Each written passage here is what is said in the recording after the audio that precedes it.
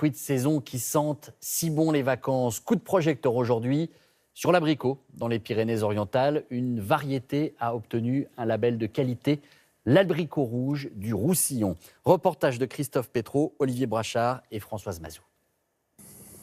Au pied des Pyrénées, les cueilleurs passent d'un verger à l'autre. Ils surveillent avec attention la maturité des fruits et choisissent les parcelles. Avec la lumière intense du soleil méditerranéen, les arbres sont généreux. L'abricot rouge du Roussillon, un fruit précieux. Voilà, on commence à avoir du jus. Et c'est parfait. Alors on cueille nous exclusivement à la couleur, pas au calibre.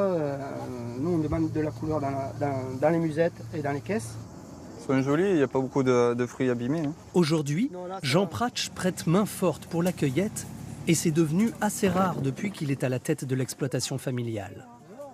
Ces abricots sont maintenant protégés par une appellation d'origine. Ils ne sont produits qu'ici, leur qualité est contrôlée. Ce label est une reconnaissance pour l'enfant du pays. C'est une variété qui est cultivée depuis plusieurs siècles dans la région et une variété qui est endémique du Roussillon.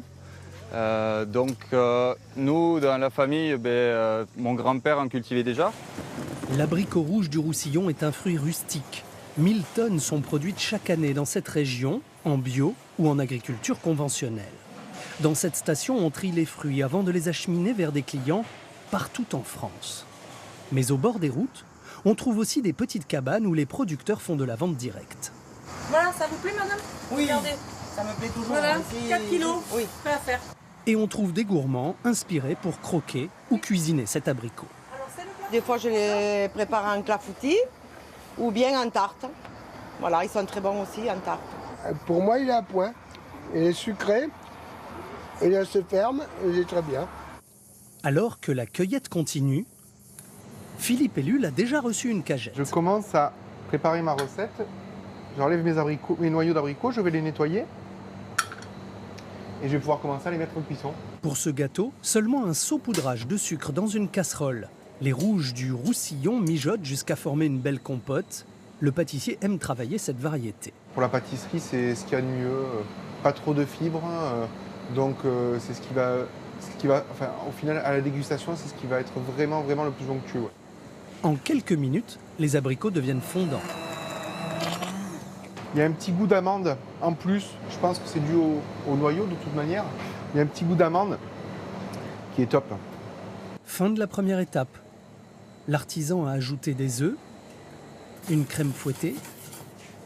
Il rajoute un médaillon d'abricot. Alors là, on est en plein dans le fruit. Je les ai fait légèrement compoter au four avec un petit peu de sucre de canne et un petit peu de romarin, très léger.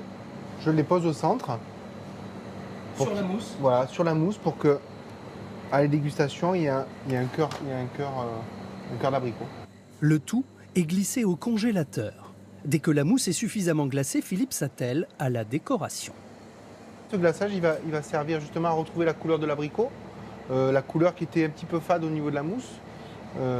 Ça va être beaucoup plus voyant en vitrine. L'ensemble est posé sur un sablé relevé d'une pointe de sel.